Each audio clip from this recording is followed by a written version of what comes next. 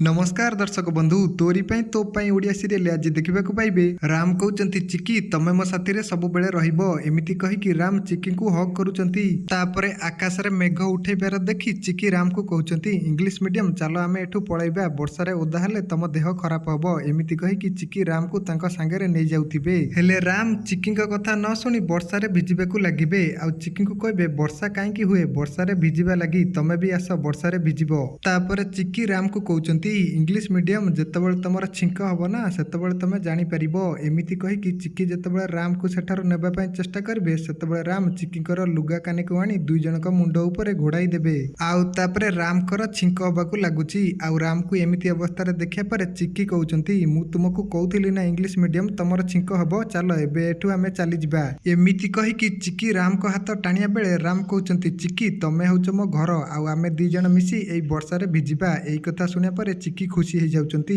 तेबे दर्शक बंधु आज एपिसोड टी आपण मानकु भलो लागिला कि जदि हां कमेंट रे येस लिखंतु।